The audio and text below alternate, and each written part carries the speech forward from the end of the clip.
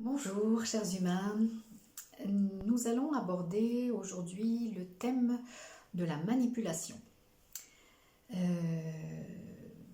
À cause d'expériences personnelles et de phénomènes collectifs, de choses qui se passent en ce moment, il m'est apparu depuis un certain temps que ce serait bien de, méditer sur cette question de la manipulation. Alors, avant de commencer, merci aux nouveaux abonnés. Il y a longtemps que je ne l'avais pas dit quand même. Donc, merci aux nouveaux abonnés. Et n'hésitez pas donc, à commenter, partager, mettre des petits coups de pouce. Et puis, de façon à continuer à faire grandir cette chaîne. Et donc, je vous rappelle que j'ai créé un groupe Facebook de méditation quotidienne. Donc ça dure entre 5 et 10 minutes, ça permet d'utiliser les énergies de guérison, donc c'est méditation et guérison pour soi et pour toute la planète.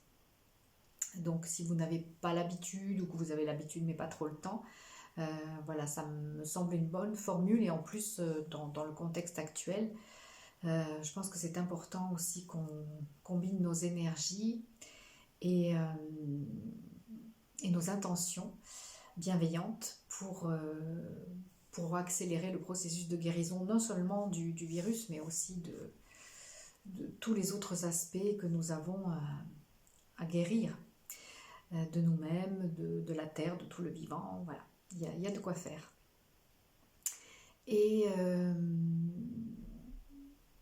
qu'est-ce que je voulais vous dire? Oui, vous vous rappelez aussi que dans cette période de confinement, je propose un certain nombre de formules pour une aide à distance, puisqu'on ne peut pas se rencontrer, même quand on habite près, on ne peut pas se rencontrer.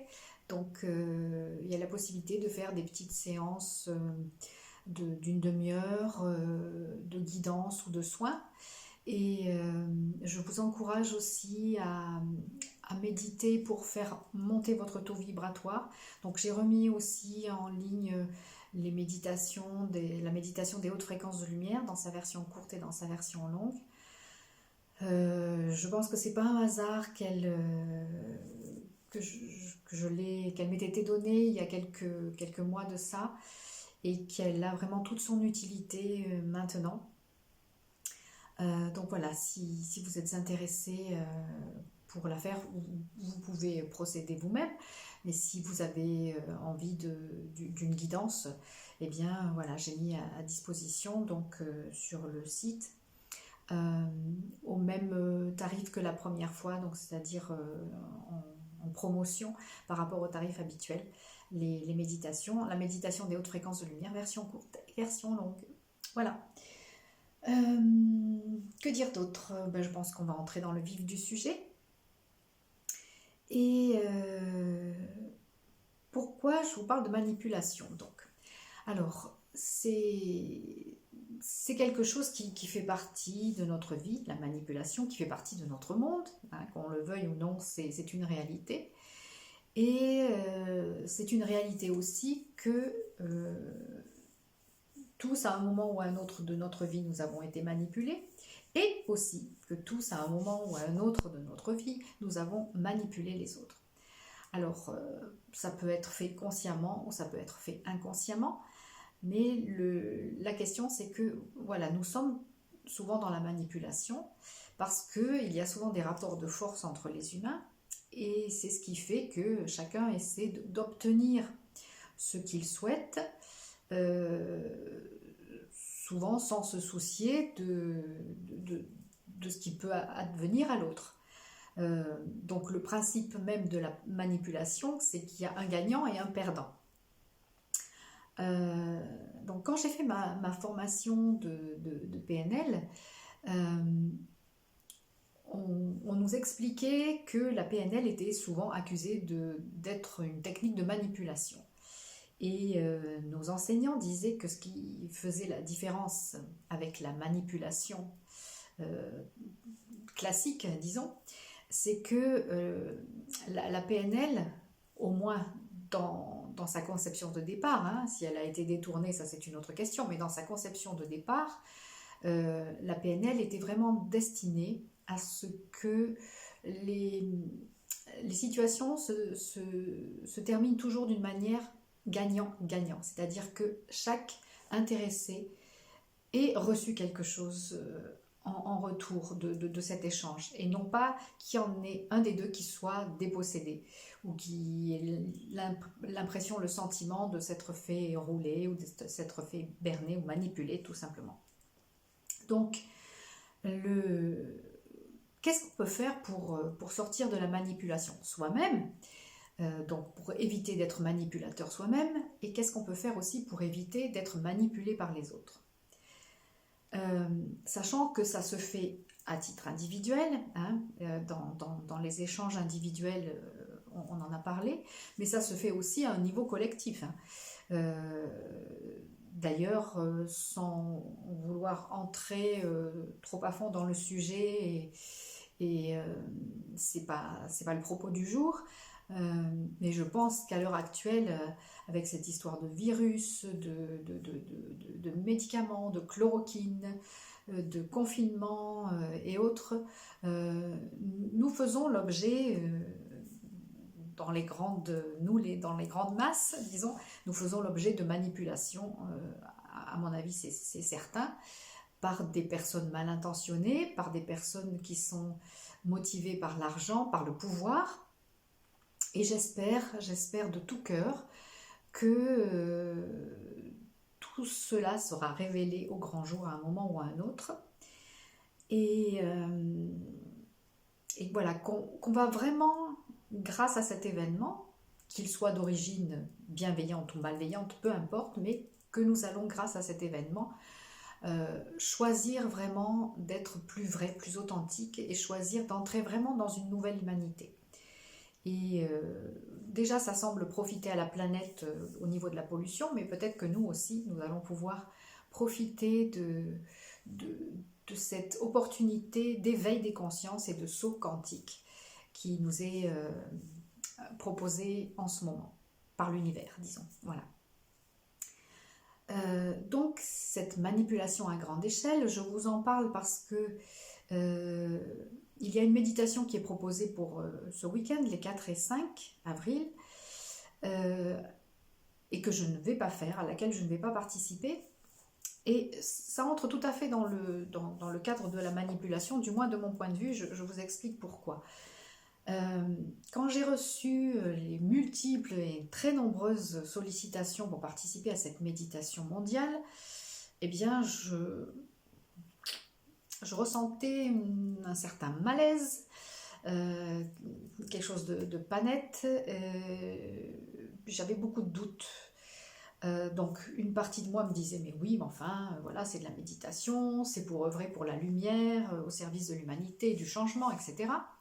Mais il y avait quand même une petite gêne qui me taraudait, et je réfléchissais là-dessus quand il y a eu plusieurs synchronicités qui sont arrivées. Et notamment, un ami m'a envoyé une vidéo qui m'a fait réfléchir aussi, même si j'étais pas forcément d'accord avec tout ce que disait le monsieur, mais voilà, ce monsieur expliquait pourquoi il ne participerait pas à cette méditation, et donc ça m'a éclairé, si vous voulez, sur ce que je ressentais et ce que je percevais moi-même. Et donc j'ai décidé de ne pas participer à cette méditation. J'ai regardé les vidéos qui accompagnent ça, émanant d'un certain Cobra, et donc j'ai essayé de chercher plus loin, de voir qui était ce Cobra. Alors dans cette vidéo, on nous annonce une grande intervention on ne sait trop qui est censé donc nous tirer d'affaire et sortir l'humanité de cette mauvaise passe en faisant tomber les masques et en arrêtant les méchants. Je ne sais pas ce que vous en pensez, mais ça fait des années qu'on nous annonce ce genre d'événement. Je me souviens qu'en 2010, il y avait déjà eu une grande flopée de messages annonçant les fameux 3 jours d'obscurité. Je ne sais pas si vous avez entendu parler, qui devaient se passer au mois de juillet. Et puis le mois de juillet est arrivé, le mois d'août aussi, et Rien de tout cela ne s'était produit. Donc, je pense que c'est quelque chose de récurrent qu'on nous remet, qu'on nous resserre là, comme une vieille soupe défraîchie, en espérant qu'on morde à l'hameçon, et la plupart de nous, nous y mordons. Et je pense que sous couvert de méditation mondiale, de messages bienveillants tendant à nous préparer à ces interventions, on induit encore de la peur et de la manipulation. Et donc ça ne me plaît pas, je ne suis pas en accord avec ça. D'autant plus que quand je canalise, quand je canalise en consultation ou pour moi-même, les guides, le département d'en haut, comme vous savez que je les appelle, insistent toujours sur le fait que notre libre arbitre doit être respecté et les diverses entités bienveillantes, qu'elles soient angéliques ou d'autres mondes, qui veillent sur nous, disent toujours qu'elles n'interviendront pas, qu'elles n'ont pas le droit d'intervenir et qu'elles n'interviendront pas. Donc voilà, pour toutes ces raisons, je me méfie de cette fameuse méditation des 4 et 5 avril et je n'y participerai pas. Ce qui ne m'empêche pas de continuer avec ceux qui le veulent, ce groupe de manifestation, non, de méditation quotidienne pour la guérison. Et j'ai ajouté une phrase pour contrer toute éventuelle manipulation de quelque force que ce soit. Voilà. Donc, cela dit, je reviens aussi à juste une chose pour terminer, que chacun vraiment se fasse son opinion quant à cette méditation, si vous souhaitez y participer. Mais vraiment, écoutez votre cœur, écoutez votre ressenti. Voilà. Et moi, c'est ce que je fais aussi en l'occurrence, donc c'est pour ça que je n'y participe pas. Pour en revenir donc à la manipulation au niveau individuel, quand est-ce qu'on se fait manipuler en fait? Ou quand est-ce qu'on manipule? Quand est-ce qu'on manipule de manière inconsciente, hein? C'est quand on n'est pas centré. Quand on n'est pas pleinement centré et en phase avec soi, soit on part dans la manipulation de l'autre parce que nous sommes guidés par notre ego et par une intention inconsciente de prendre le pouvoir sur l'autre ou d'obtenir quelque chose que nous souhaitons. Alors, nous pouvons être conscients ou pas du processus, mais voilà, il est souvent là. Alors, le plus souvent, à part si vous êtes vraiment une personne machiavélique, mais le plus souvent c'est assez inconscient, mais voilà, c'est quelque chose que nous faisons.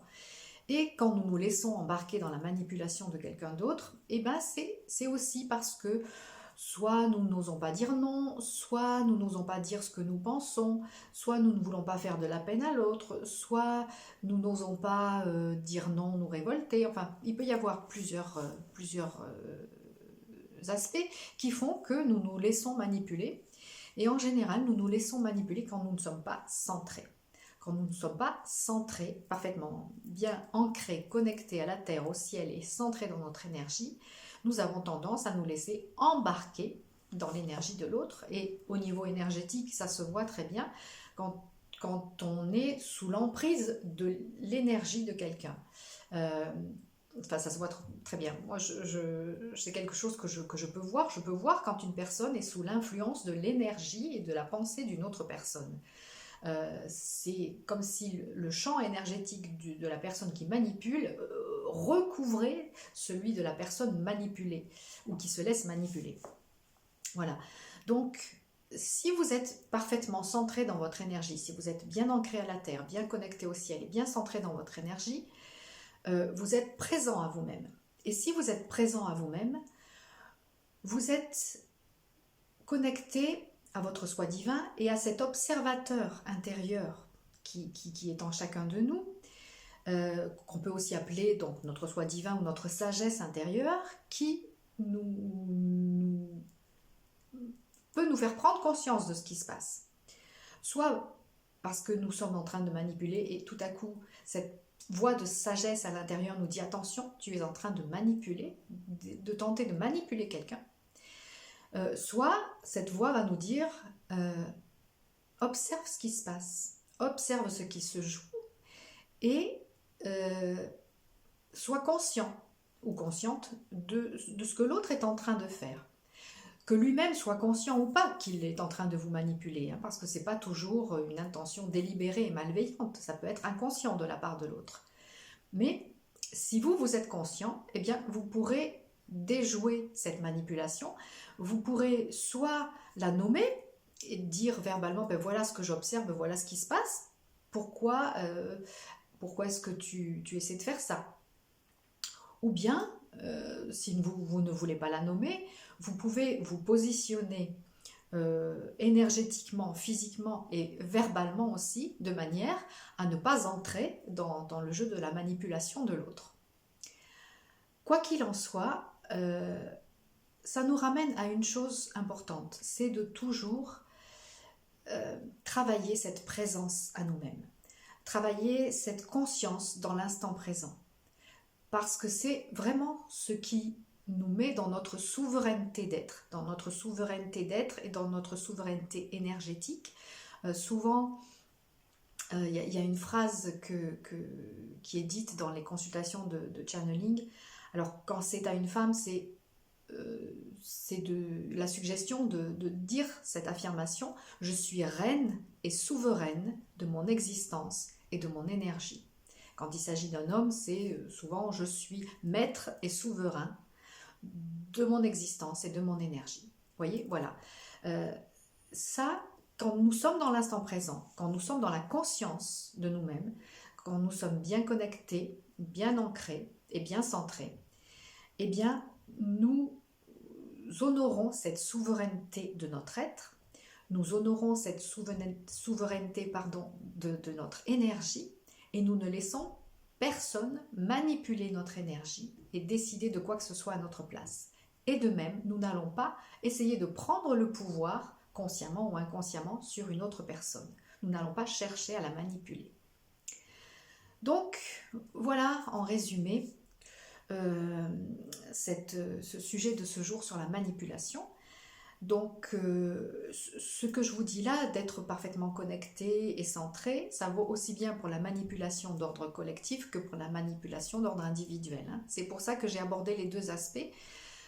D'une part parce que, je vous dis, je me suis laissée manipuler il y a quelque temps de ça et je me suis laissée emporter dans une situation qui est très pénible et dont je suis juste en train de sortir maintenant. Donc c'est vous dire que parfois on se laisse vraiment embarquer dans quelque chose qui n'est pas du tout bon pour nous, mais Dieu merci, si je peux dire, ça m'a ouvert les yeux sur ce qui se passait. Voilà, et ça m'a permis de réfléchir à ce que je faisais, à ce que l'autre faisait, et d'essayer de me recentrer et pour sortir de cette situation.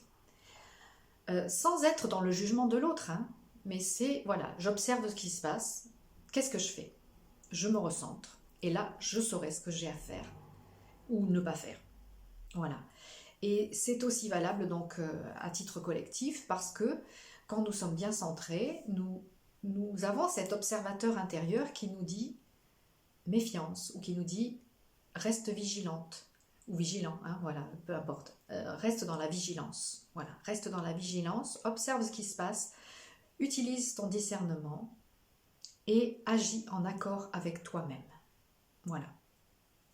C'est ce que je vous propose.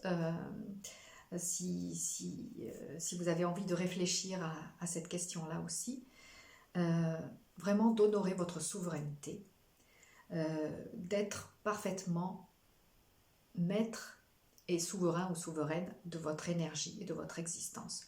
Ne laissez personne décider ou penser à votre place. Voilà, eh bien, je vous dis à très bientôt pour la suite de nos aventures et je vous remercie d'avoir écouté et regardé cette vidéo. Et puis, s'il y a des sujets que vous souhaitez qu'on aborde, eh bien, n'hésitez pas à me le dire, soit par mail ou dans les commentaires dans la barre d'infos dessous.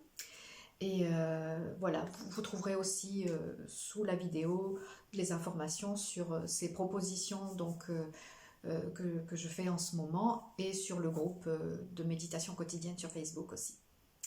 Voilà, je vous embrasse et je vous dis à tout bientôt pour la suite de nos aventures. Bye bye.